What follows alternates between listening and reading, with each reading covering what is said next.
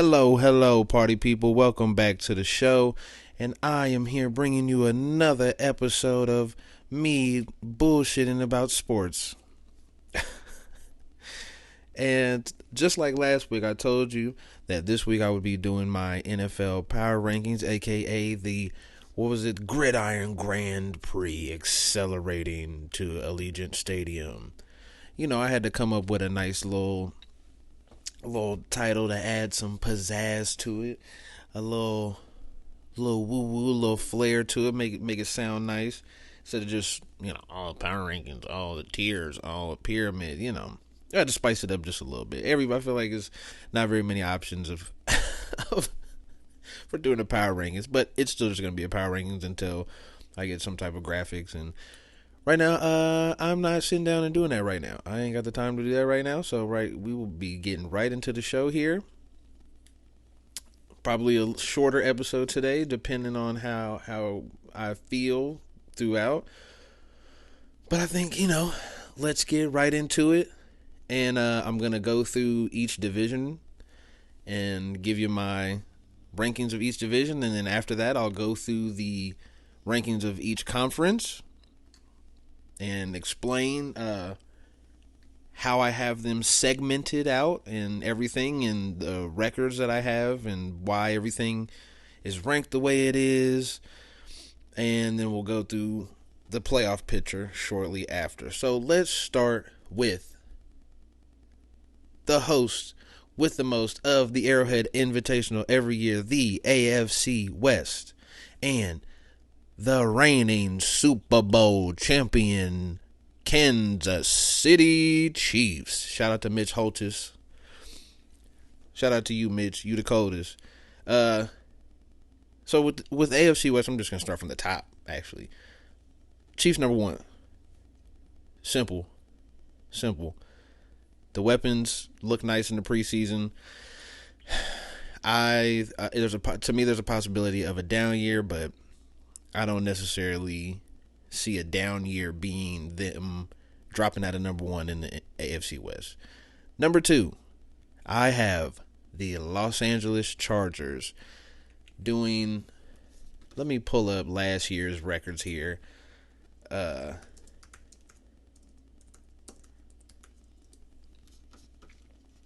need to see that. I need to have these pulled up. 10-7 last year. Basically, I essentially have them staying in the same place mostly. You're number two in the AFC West. Depending on how everything shakes out, you'll squeak into the playoffs. Justin Herbert is Justin Herbert. He's going to do Justin Herbert things. He's going to look amazing out there. He's going to look like he's 15 in his decision making sometimes. But that's, Justin Herbert stuff. He's going to keep doing it. They've got so many weapons. They have, I think one of their problems, obviously, is the line, but they have Slater back. The defense is the defense. The defense, they're so talented. They just sometimes struggle to pull it together, and I think this year they'll keep it together just enough. Kellen Moore, I don't think that makes a big swing in things. So I think they'll pretty much stay where they at right now, and that's where I have them. Number three, I have the Denver Broncos. Now, a lot of talk about the Denver Broncos this year. A lot of talk about Sean Payton turning the team around. I feel like right now they're a very hot, trendy pick for people to kind of lean back on right now, because I feel like every year we have to do this thing where we try to figure out who's going to win the AFC West besides the Chiefs, and it just doesn't happen. You know what I mean? So I don't think it's going to be the Denver Broncos. Personally, I believe that Russell Wilson is going to do slightly better in Sean Payton's system, but the holes in the offensive line, a bunch of their receivers going down on top of their receivers never really stepping up and kind of changing their role a little bit. Like some Cortland Sutton, Jerry Jeudy just got hurt. Jerry Jeudy I think, could have stepped into that role of the number one, but Cortland Sutton's never made the jump. I don't think they have Javonte Williams coming back is going to be a problem for teams like for the Chiefs. But I don't see them getting that much better. It's kind of the same thing where they're kind of staying about where they were at, doing a little better, looking like next year they add a couple spots that they can really get in there. But Russ is cooked. He's 34 years old. If we go look at Cam Newton, Vic, any running quarterbacks or quarterbacks that have design runs, there's only a couple of them who even have a long enough career to really compare to Russell Wilson, and I'm pretty sure most of them were out of the league by 34. We're out of the league by 35, really. I'm pretty sure Vic was out of the league by 35.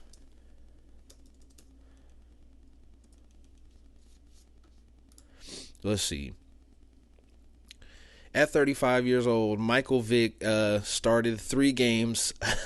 Whoa, for the Pittsburgh Steelers in 2015 and was out of the league the next year. Cam Newton. I think Cam might be 25 or 35 right now. Yeah. Cam Newton's last year, 32. Okay. He was 31 that year with the Pittsburgh Steelers. He was cooked. I think we're seeing the same thing with Russell Wilson right now. I think you run around when you're a running quarterback. I think that's 35-ish. It's pretty much like you're cooked. I think we can even. I think at 35, your athleticism at that position it tends to kind of drop off. I think we could even really look like where did Aaron Rodgers start to fall off? Well, yeah, he did win MVP those other years. I forgot about that. But the running is not there. Yeah, by 2018, 2017, Aaron Rodgers wasn't running. But I say all this to say, Russell Wilson is cooked. I don't think he's ever going to go back to top of the league form again. I don't think so. I think that the Broncos are pretty much going to stay right where they're at.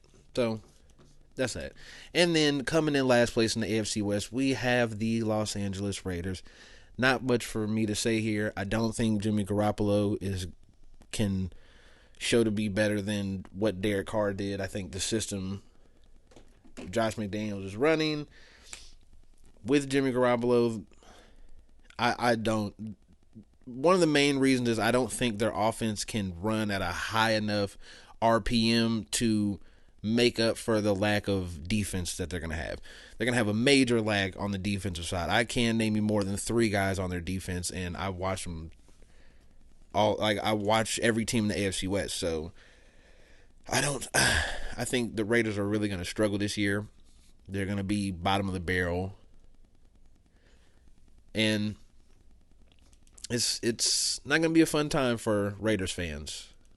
But speaking of bottom of the barrel, let's go over to the AFC South and start at the bottom of this list. At the bottom of the AFC South, I have the Indianapolis Colts, and I think Anthony Richardson looks good. I think he's going to make a lot of mistakes, but if you're a rookie quarterback, that's kind of what happens is you're going to make mistakes pretty much. And I don't think he has the ability to make up for those mistakes time and time again. He will. I think there's going to be moments just like Justin Fields over the past 2 years where he's going to look like, wow, this is the next great quarterback in the league, and he's going to look amazing. And I think people are going to really look up and be like, wow, this is the way that quarterback is going to. We're going to getting a guy that can run and move and get out the pocket and design runs. I think that's where the league is heading.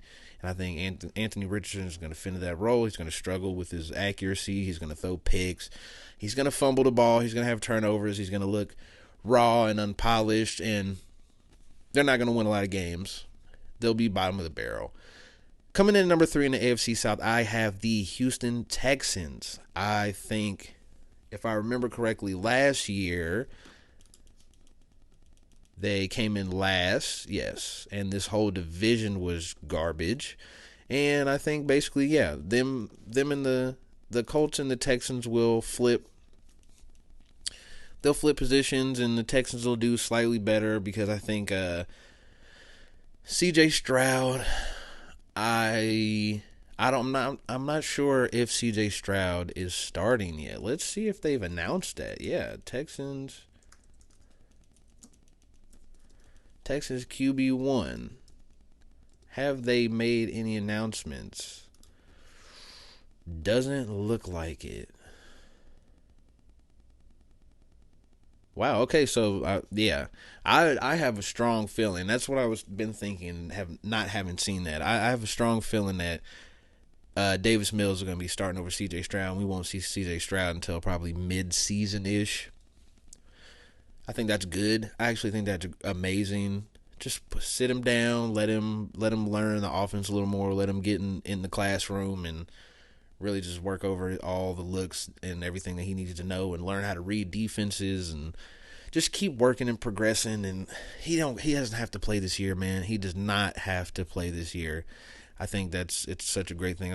Pat Mahomes, you got Aaron Rodgers, there's a lot of guys, Kirk Cousins. There's a lot of guys that you don't have to play these guys their first year. You can let them sit and let them learn and let them throw against the ones in practice and really get a feel for the game before you throw them out there to the wolves, But I still, bottom of the barrel, them and the Texans and Colts, you could flip them either way. Number 2, I have the Tennessee Titans making a slight jump here in their record. Not much, but just a slight step forward. I think Tannehill coming back will definitely help the team a lot more than having Malik Willis out there. That was not great. What can I say? They're the Titans. They're going to float around 500. That's it. Vrabel's such a good coach. Vrabel is amazing, and I really think that they're like the Heat in basketball. Like, they're just somehow, some way, they're just gonna find a way to hang around. They're just gonna find a way to stay in games and stay in the playoff hunt the whole year, and you'll just be looking like, how? Every time I watch them, they look like shit, but every time I look up, they're above 500 and sneaking into the playoffs. At number 1, I have the Jacksonville Jaguars. I think Trevor Lawrence essentially has gotten better every month. He continues to just step up and rise up and play at a higher level than it looks like he was playing at week to week to week to week. And I think that's going to continue this year. I think he's going to take another step up. I don't think it's MVP level step up. I don't see that. I know Calvin Ridley is amazing. He looks awesome in practices and clips that I've seen, but I don't think they're ready for the big time yet. Not yet. Give him another year or two before it's go time on Trevor Lawrence, I really think. But right now I think they're in a good spot. They're in a division where I don't see them having to worry about too much. So right now, you got the Prince of His Promise doing his thing.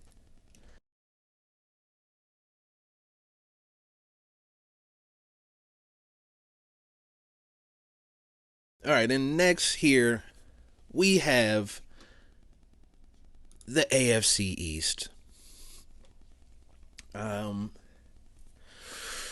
Okay, so this is just version 1 of my rankings. There's gonna be 2 weeks before the start of the season, and by then I'm sure I'll be doing a second version of this. But right now, the way I have everything, I've been flip-flopping a little bit recently since I did these earlier last week. And the way I have my rankings right now, I have the Patriots at the bottom of the AFC East. And I've been struggling with this one a little bit because I look at the Dolphins, who I have number 3, and a lot of people, if Tua can stay healthy, if Tua can stay healthy, if Tua can stay healthy. Tua has never stayed healthy. Going back to college, Tua has, if he's playing, he's not going to be healthy. He's going to get hurt at some point in the season. And I don't like to look at that.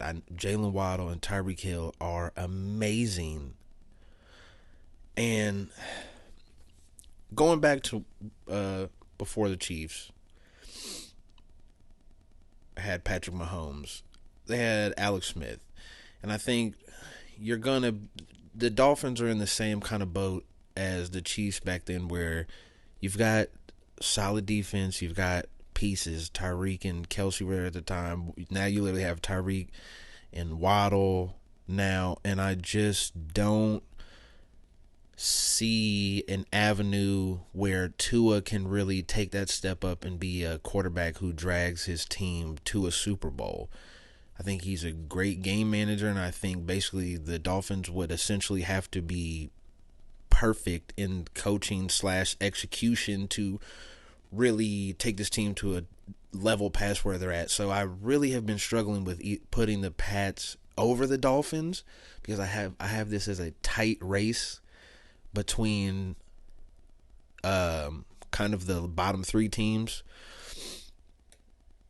So yeah, I think the Dolphins are going to have a struggle this year. I think the Patriots are just going to they're the same as the fucking Titans. They're just going to hang around and you're just going to be like, wow, they suck, but whoa, they're 5-2 or 5-3 going into the second half of the season. You're just like, what is happening right now? Just Bill Belichick coaching out of his mind every year. It's just somehow they do it. At 3, second in the division, I have the New York Jets. Clearly one of the teams to follow this year is the New York Jets. They're on Hard Knocks with Aaron Rodgers. The show's awesome. I talked about it last week. But, it's Sunday today, Sunday afternoon, and I watched that preseason game that Rodgers played in yesterday on Saturday. And Rodgers looks fine. He missed a couple routine throws. The line was very concerning still. The line was very concerning, and you just kind of wonder how that's gonna work farther down the line in the season, because it seems like they're already struggling. Bar any injuries, the whole offensive line is essentially gonna implode.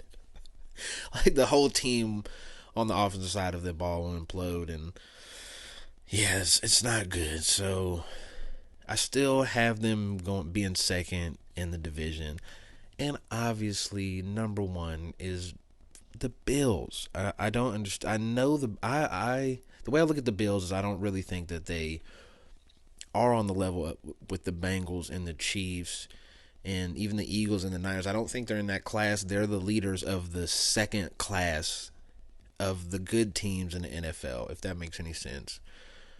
Like with the Cowboys, I put them in that kind of group where it's like, yeah, you should be here with the rest of the guys. You should be here with the Bengals and the Chiefs and the Eagles, but it just doesn't quite work. And I don't necessarily put all that blame on Josh Allen. I know a lot of people just don't believe in Josh Allen. I have never believed in Josh Allen. I can't help but see him as the 2018 Josh Allen. I don't care how many guys he trucks on a 15-yard run. I don't care. I don't care how many goal line touchdowns he scores that make it seem like he just runs crazy all over the field. I don't care about all that. I think he's a good quarterback. He's one of the top quarterbacks in the league, period, end of story. I don't believe in it. I don't believe in it over Mahomes. I don't believe in it over Burrow. But he's still Josh Allen. He's still better than Aaron Rodgers right now. Right now, today, Josh Allen is hands down better than Aaron Rodgers, and he'll beat him out to win this division. Speaking of the top quarterbacks, the next and final AFC division I have is the AFC North. And I saved them for last for a reason. I'll just go through my rankings from bottom to top real fast, and then I want to talk about them because this is the tricky AFC division that I have. At the bottom of the heap, I have the Cleveland Browns. Third, I have the Steelers. Second is the Ravens, and top of the class is the Bengals. Now,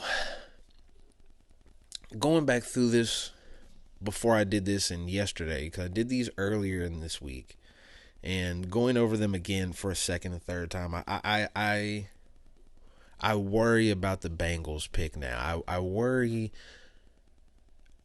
what about Joe Burrow, because I look at their schedule and you've got the backup quarterback in there with an offensive line that you added Orlando Brown Jr. But the problem with Orlando Brown Jr., watching him in Kansas City, he has a very clear hole in his game, and it's speed rushes up the arc. And we know, like, if you can get if you can beat him on the first step, you're pretty much guaranteed to beat him. He struggles with that.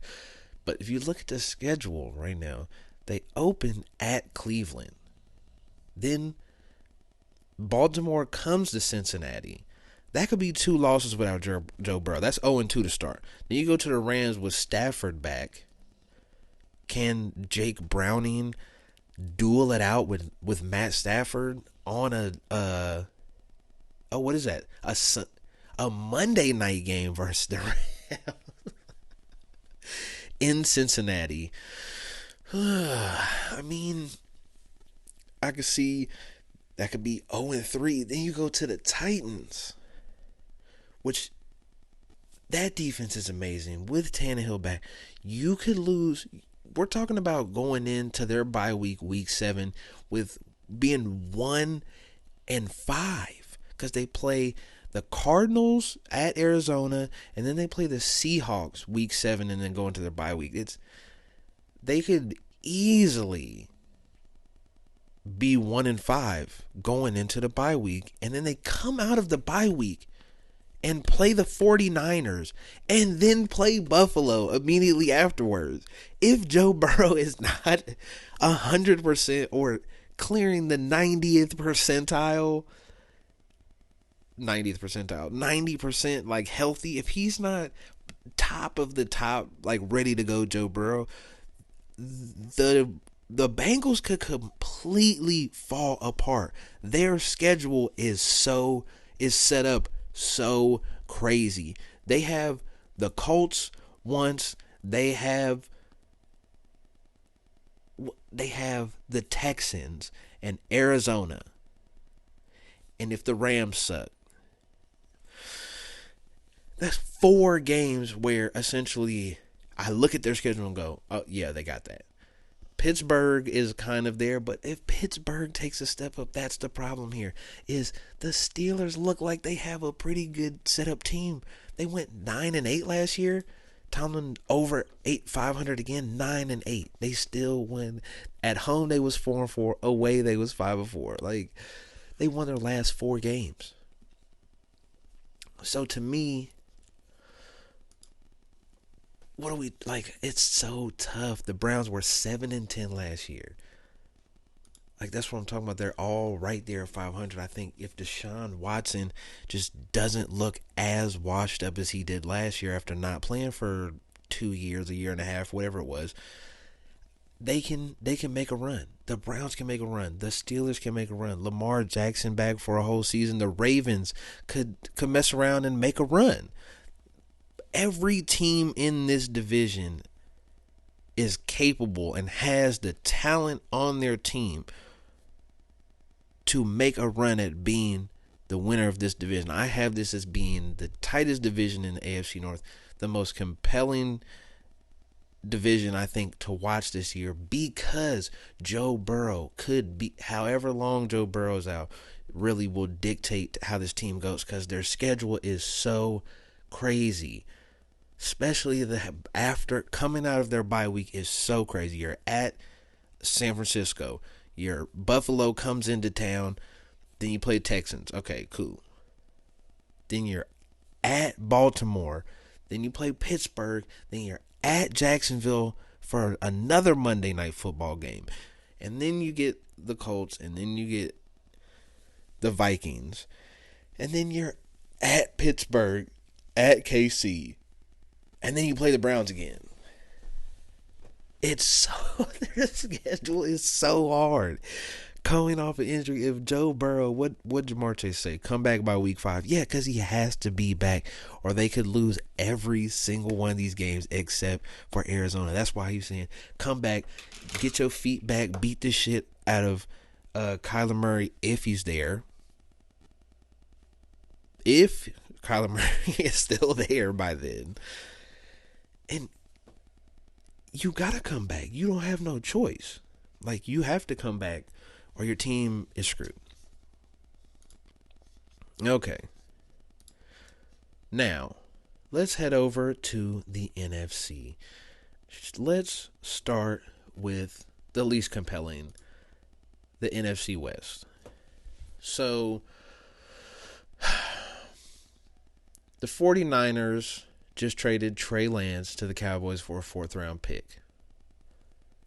I can see a world where they are a mess. Where Brock Purdy doesn't come back from his injury great, and then Sam Darnold comes in and is who we thought he was, which is, you are not a good quarterback. You are slightly below average. Okay? That's what I think Sam Darnold is. I don't think he's going to be the next Steve Young. That's crazy. But there is a world where their season doesn't go great also. So this division is a little wonky, but it's either the Niners or the Seahawks. The Rams I have as a bottom barrel team, and then I have the Cardinals as essentially fighting with another team that we'll get to as the worst team in the league, the Caleb Williams sweepstakes, essentially. And so I think this division is pretty easy. The Niners are most likely to win, with the Seahawks doing roughly what they did. What was their record last year? Let's look again, because I can never remember the exact numbers. I know they were floating around what I have. Yeah, floating around 500. They'll be a little better than that this year. That still doesn't get them the division over the 49ers with whoever it is at quarterback, as long as they are healthy and playing like not the worst quarterbacks in the NFL, just be slightly below average and just okay enough to not lose games, and that's what it'll be. So my rankings from the bottom: worst team, Cardinals; second worst team, Rams; next is the Seahawks; and top of the top is the 49ers winning the NFC West. The next division I have here is the NFC South. Yeah, you know how I was just talking about there's another team that I have in the running for being the worst team in the league, fighting for the love of Caleb Williams. It's like one of those Flavor Flav VH1 shows for the Flavor of Love. I Love New York. It's for the love of Caleb Williams. I'll come up with a better name, but right now, for the love of Caleb Williams, we have two people fighting for his love and affection. It's the Bucks and the Cardinals. So at the bottom of the NFC South, I have the Bucks as the fighting for the worst record, the worst team in the league. Some of the worst teams and worst records we've seen in the last 5 years or so. Next up, I have another team that I think could float closer to 500 than where I have them at. But this is, when I look through their schedule, this is where I have them at. Because I look and I see the Panthers coming in number 3 in the division. I look at their schedule. It's like, you've got at Seattle. That's tough. You go Seattle, Minnesota, Detroit, Miami, all back to back in your first 6 weeks before your bye week. You come out light. You come out to Houston, Colts, Bears, but then you go to Dallas, or no, Dallas comes to you. You play the Titans, and their schedule is soft. And I see if the Falcons don't step up, then I think the Panthers kind of instantly float their record more towards being above, being 9-8, 8-9, 9-8, 7-10, being somewhere up there if a couple of these teams, like the Falcons, like the Saints, aren't as good as I think. Which, speaking of, coming in second in the division, I have the New Orleans Saints coming in second to that in that division, and I think either getting in or just slightly missing the playoffs. But I'll have to look. I have to go over my list again once we get there. When I break down the full rankings, but at the top of the top, I have the Atlanta Falcons. I think, Desmond Ritter, all he has to do is be not a trash bag. Be not, just don't be a backpack being worn on the backs of Bijan Robinson. Just be okay. And you guys will win this division because Derek Carr is Derek Carr. And unless he has some type of Drew Brees-esque resurgence, then the Falcons is here for the taking, you guys. I know, what were you last year? You guys were 7-10. This whole division was 7-10 somehow. That looks so crazy. But the Bucks are gonna fall off, and yeah, this is your division for the taking, guys. You got pieces on offense where you should be good. So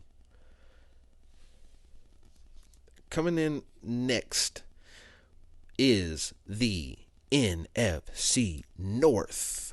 One of the weirder. This division is something with those northern teams, man. This division, going through it, I started to understand the Bears hype a little more. Looking at their schedule is pretty soft. They have a soft schedule. They play the AFC West, which they can beat the Broncos. They can beat the Raiders, right? You play. Let's just go through.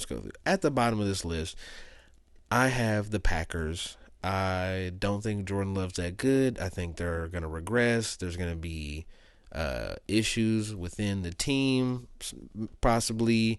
And I just worry how Jordan Love plays, and I'm worried about it. Okay, cool. He looked good in the preseason. That's cool, bro. You played good in the preseason. Awesome. You go in the season and continue to do that week to week until December. Okay. Next, I have the Bears because I don't think Justin Fields really has to become a better quarterback to do better this year. So I don't believe that Justin Fields will have to really take such a huge step to be closer in that top 5 MVP voting. If you look at his numbers last year, he ran for over 1,000 yards. He ran for 2,000-ish, or he passed for 2,000 yards, and I think he had 20 touchdowns and like 10 rushing touchdowns or something crazy. I think with the weapons and how they looked in the preseason and getting guys that can run after the catch, break a tackle, and kind of just get some yak yards, get some rack yards, and just kind of go and just get these playmakers, get them the ball, let them do something. I think now you have that Justin Fields numbers and just how he looks is going to change a lot, and we're going to be looking at them wondering, can they get in, can they not? So I have them second in the division, or third in the division. Second in the division, I have the Minnesota Vikings. I think they regress slightly with no Dalvin Cook. They're going to feel that. Kirk Cousins is Kirk Cousins. He's going to put up stats where you go, how is this happening? It's Kirk Cousins. And then you watch a game and you go, oh yeah, he's just Kirk Cousins. Like, that's he's going to do some things here and there, and most likely he's just going to kind of casually guide this team to, at a minimum, 9 wins. Because what was their record last year? Let's check the record out. 13-4 last year. Yeah, I think that's the bottom of them is 9 wins. So coming in number 1 in the NFC North is the Detroit Lions. I think they take a healthy step in the right direction this year. Jared Goff in the system another year. Amon-Ra St. Brown just going crazy, possibly Talking about a guy who's working his way into being one of the top 3 receivers in the league. Crazy as it sounds, but I truly believe that he can show up and be in that top class of wide receivers. The defense needs work, but they went and did work in the draft, and I think that's gonna Aiden Hutchinson stepping up to another level. That's gonna really help them out, and I have them winning the division this year. And then, last but not least, is the division, the NFC East. So, the worst team in the NFC East, and I feel like the easiest one for me to just get out of the way and talk about, is the Washington football team, the Washington Redskins, the Washington Commanders, whatever you feel comfortable calling it. The Washington Commanders, the team with many names. Sam Howell's not good. Eric Bieniemy, we don't know if this is the year we get to find out, does Andy Reid really call all the plays, or does somebody actually do something at being the offensive coordinator of the Kansas City Chiefs? We get to find out they've got great pieces on offense. They've got great young receivers, Brian Robinson Jr. The defense is solid. But yeah, I have them bottom barrel team with a higher upside. Coming in third in the division, I have the Dallas Cowboys. Now, last week I went on a diatribe about Dak Prescott, but that's not what happened here. And I'll explain once I go through this list. I will explain my NFC rankings along with some of the records I have, and this is just okay. Let me go through the teams. Third in the division, I have the Cowboys. Second in the division, I have the Giants. And top of the top, again, I have the Eagles. Now, I'm going to go through my NFC rankings, and I'm going to explain how I went about ending up with this, and I'll talk about this now because the next episode I do is definitely going to be, I'm going to probably go over this again throughout the week and make some little tweaks to it. But here's the rundown. The number one team in the NFC I have is the Eagles. I think the Eagles retooled a lot of pieces that they lost or moved on from, and I think they're just going to be the best team in the NFC. And pretty simple here. They're going to try to run it back again this year. With their only competition, I truly believe, is the 49ers. How good is Brock Purdy? Or if Brock Purdy is toasted and his arm is done for, then how good can Sam Darnold be in this kind of system? I think getting the quarterback situation handled in just any type of plus, you know what I mean? Any type of non-negative way. And the 49ers are right there hanging with the Eagles. Number 3, I have the Detroit Lions. So, by the way, I have the Eagles losing 2 games. For the good teams here, I just put their ceiling. And for the bad teams here, I put their floor. And then the middling teams in this list are more of realistic expectations of what I think. So I have the Eagles 15-2 as their ceiling, 49ers 15-2 as their ceiling, but the 49ers are only not number one because their floor is so much lower than the Eagles just because of not having Jalen Hurts. Number 3, I have the Lions at 12-5. I believe 12-5 is floating right around their ceiling. 13-12 wins with their floor just going back to what they did last year and just barely being above 500. Next, I have the Vikings. No Dalvin Cook. It's Kirk Cousins, but you have Justin Jefferson. Cool. So what I have them slightly progressing and going 11-6 this year. Fifth, I have the Seattle Seahawks going 10-7. And Geno Smith, I think the most fun version of the Seahawks year is something happens to Geno and they are terrible all year long, and then they get Caleb Williams next year, and that will be my favorite NFC team. Because it's DK Metcalf, it's Lockett, it's Jackson Smith and Jigba, it's both the second round running backs, it's the offensive line. Positively enough, like I can't name you one of their offensive linemen, so that's a good thing.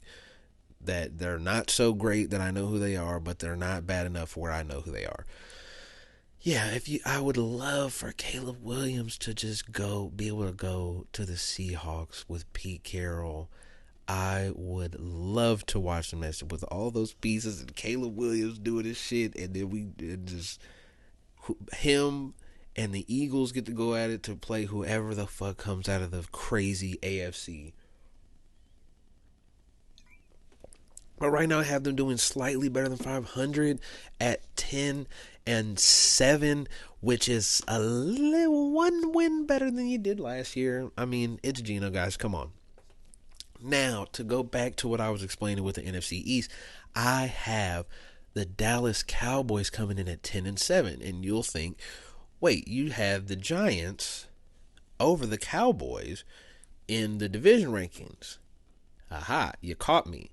So, what happened here was I have the Eagles' record being so good that at the end of the year, their last 3 games are the Giants at home, the Cardinals at home, and then the Giants in New York.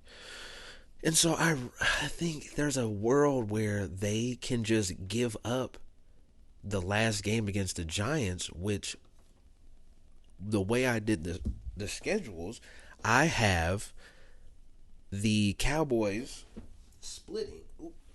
The Cowboys splitting with the Giants, but the Giants not being able to beat Philadelphia this year. So what that does is put the Giants record at 4-2 in the division, because I have them beating the Eagles, losing to the Eagles once, and losing to the Cowboys once as being their only losses, but they still go 8-9 because of their out-of-division schedule, because they play San Fran, Seattle, Miami, Buffalo, the Jets.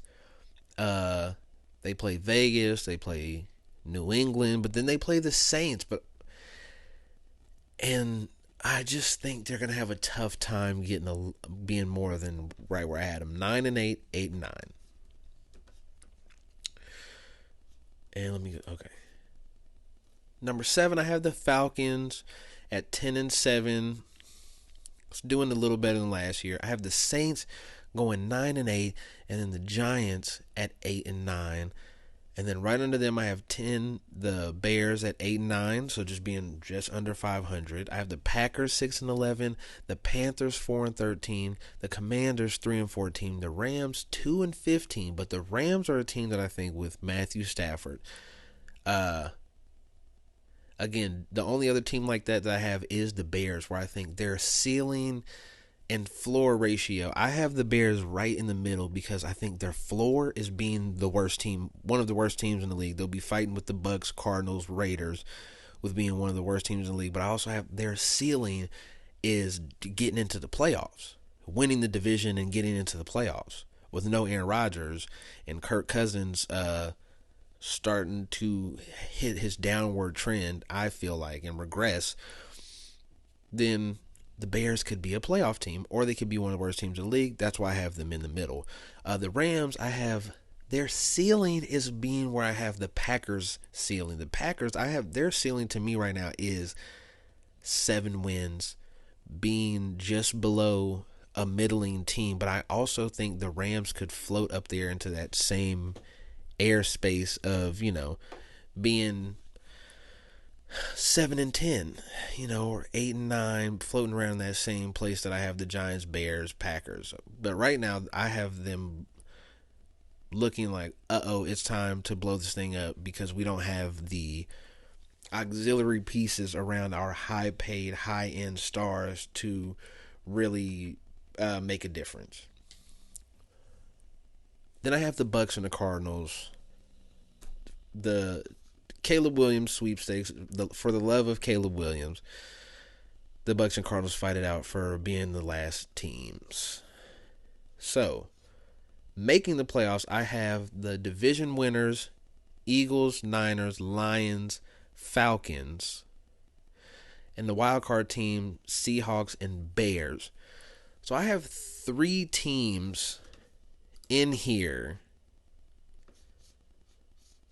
3 new teams making the playoffs. Because every year, I think they say, 5 or 6 new teams somehow get into the playoffs every year. And so I have those teams, being... Hold on. The Seahawks weren't in the playoffs either, huh? Oh, no, the Seahawks were in the playoffs. Okay, so I have Lions, Falcons, Bears being the new teams in the playoff this year. So, And let's go to the... Well, no. I forgot that I didn't change these from when I changed them because I changed the record on one note that I had and not in the other one. So then I think technically I have the Saints getting in and not the Bears now because they're 1 win better. Yes. So I have the Saints getting in with the last wild card spot. In the AFC, I have the Chiefs at the top of the heap, going 15-2. The Chiefs are the Chiefs. That's the ceiling I have. Then they lose 2 games just off pure, hey, we didn't get up today. Coming in number 2, with their ceiling, again, remember I said the Bengals with no Joe Burrow could also be just as easily 8-9 by the time Joe Burrow comes around and tries to salvage the rest of the season after the bye week. They could very easily be an 8-9 team without Joe Burrow. Number 3, I have the Bills at 3-14. I have the Bengals at 14-3, by the way. The Bills, that's with everything going perfectly for them. Number 3, I have the Bills at 13-4. They've been the best in their division. I think they're going to continue to be the best in their division and probably crumble in the playoffs. Number 4, I have the Jacksonville Jaguars at 12-5.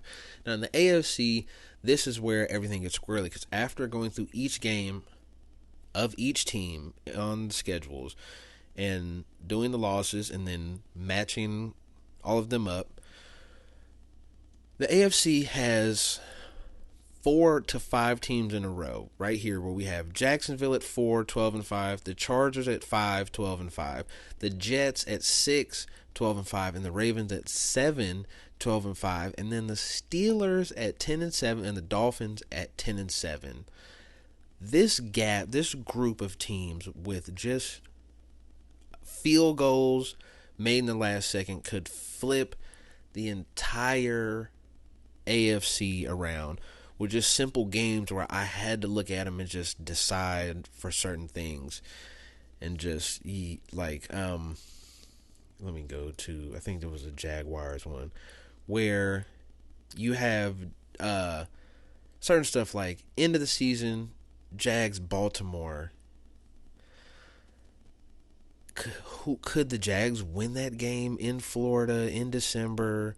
Sunday night game, yes. Monday night versus Cincinnati, could the Jaguars beat them? Yes, they could beat them. They could be better than them. This year, I think it's possible that they could be better than them. But either way, let's go back to these rankings. And so you got Jags, Chargers, Jets, Ravens, Steelers, Dolphins, all floating around that same thing. I think those teams right there are going to be Well, I think the Jags are in regardless, but I think Chargers, Jets, Ravens, Steelers, Dolphins are all in a situation where the end of the season, how you start the season is going to matter so much because these teams are going to be so close in their skill level, in their records, that I think it's going to be tough to start off the season in any negative way and be able to regain ground on all these great teams. I think this section is what makes the AFC so amazing right now. And then even after that, when you get into the next group, I have the Browns at 9-8. I have the Titans at 8-9. I have the Broncos at 7-10. That group right there are also teams that could, if Deshaun Watson goes back to being just competent, just slightly above average, they could catapult into the next group and be in that 12-5, 11-6, 10-7 area and be fighting for the playoffs. Also, the Patriots, can Mac Jones with Bill O'Brien step up and play better than they did last year with a defensive coordinator calling the plays? Absolutely they could, and they could take a step into that next stratosphere. The Titans, Tannehill's back with Vrabel. Can they do something? Yes, I believe they could. They also could make another step. So we're talking about the AFC here being 12 legitimate teams deep, right? That's why the AFC is so amazing right now. Because when you go back to the NFC, we talking about we got Eagles, Niners, Lions, Vikings, Seahawks. Are you really confident in anybody? Are you confident in the Cowboys? Are you confident in the Falcons? Are you confident in the Saints? Are you confident in the Giants? Are you confident in the Bears? We talking about this conference being 5 teams deep. That's it. Seahawks, yes.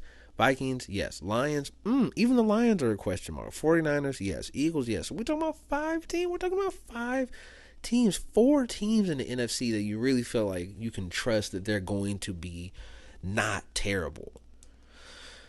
The AFC is so great. Chiefs, Bengals, Bills, Jags, Chargers, Jets, Ravens, Steelers, Dolphins, Titans.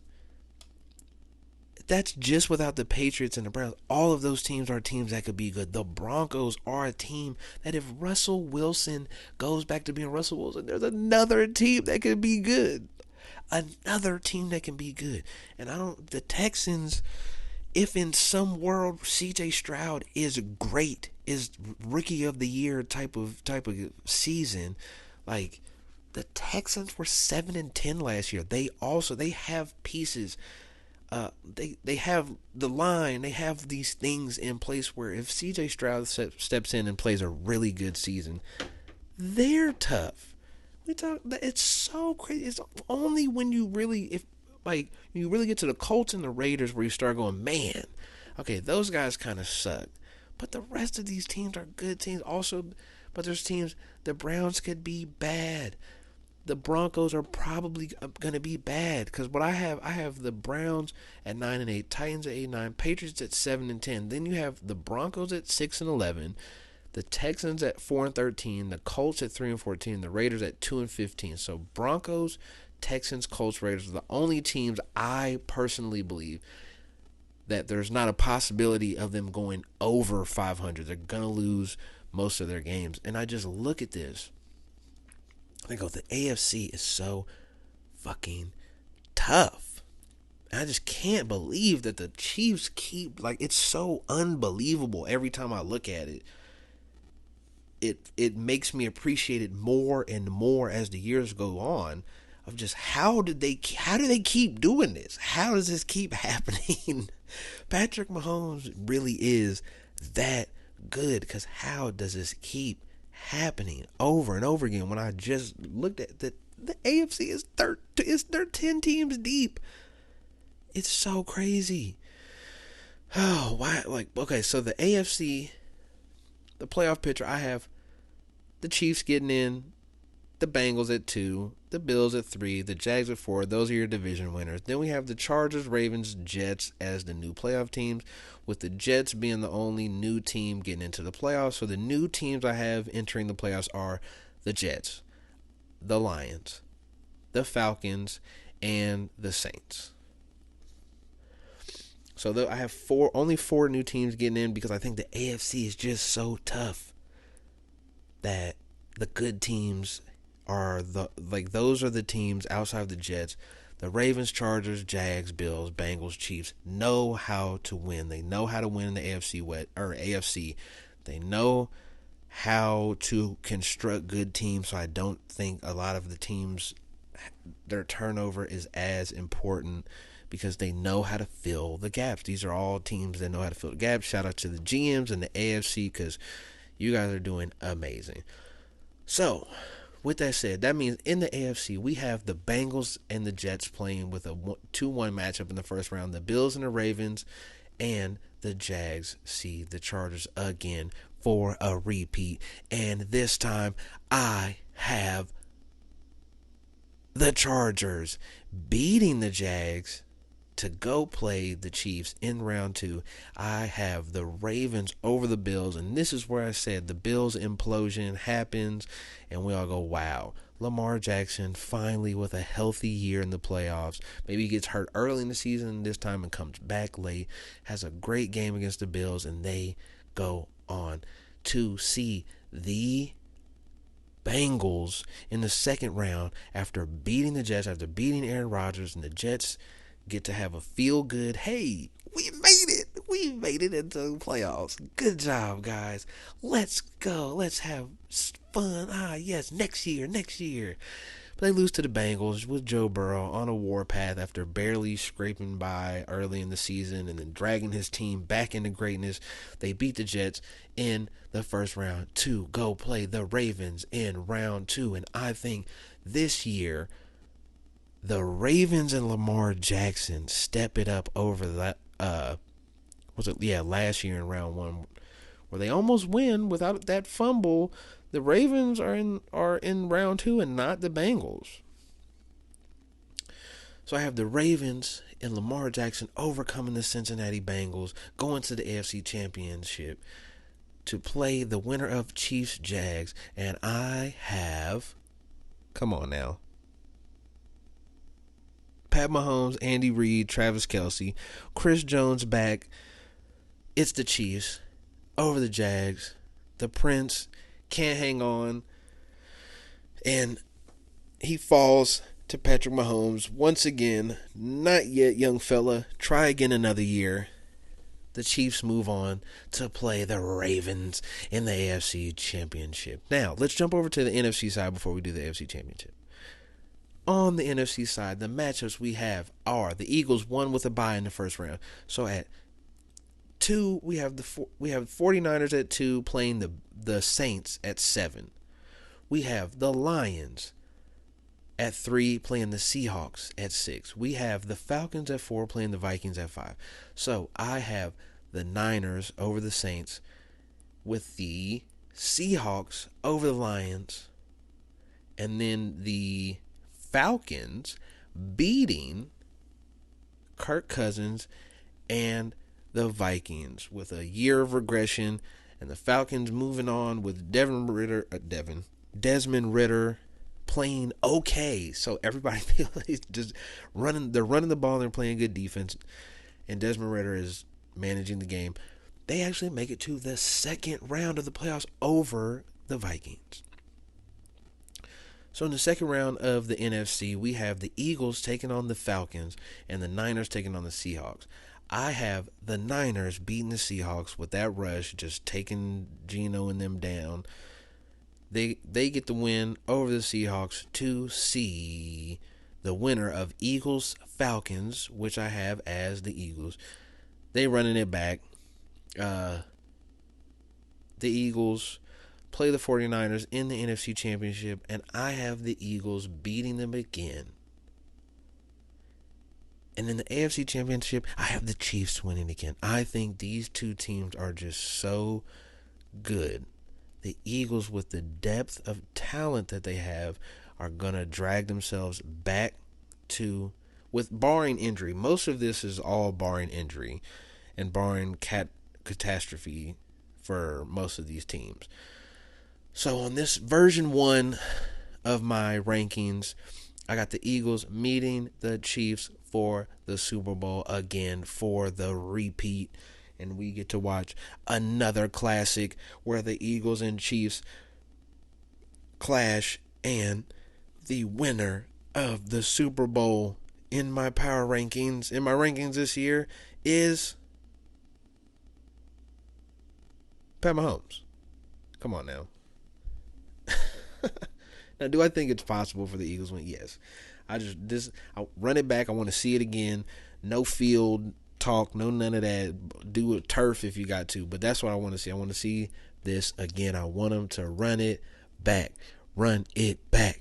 Run it back. Let's see them do it again. But I'm trusting Pat Mahomes, the new greatest quarterback of all time. Even if he's not the greatest quarterback of all time, he is the greatest quarterback to watch of all time. And it's not even close. Michael Vick in his prime has an argument, but I would say that's about it. Of like, who do you want to sit down and watch play quarterback? Patrick Mahomes is hands down the best. Maybe Josh Allen, current level Josh Allen is up there too, but it's Pat Mahomes, guys. And so with that, this wraps up my Gridiron Grand Prix, the race. Or what is it? Accelerating to Allegiant Stadium. Bum, bum, bum. I'll play some racing music in the background right here.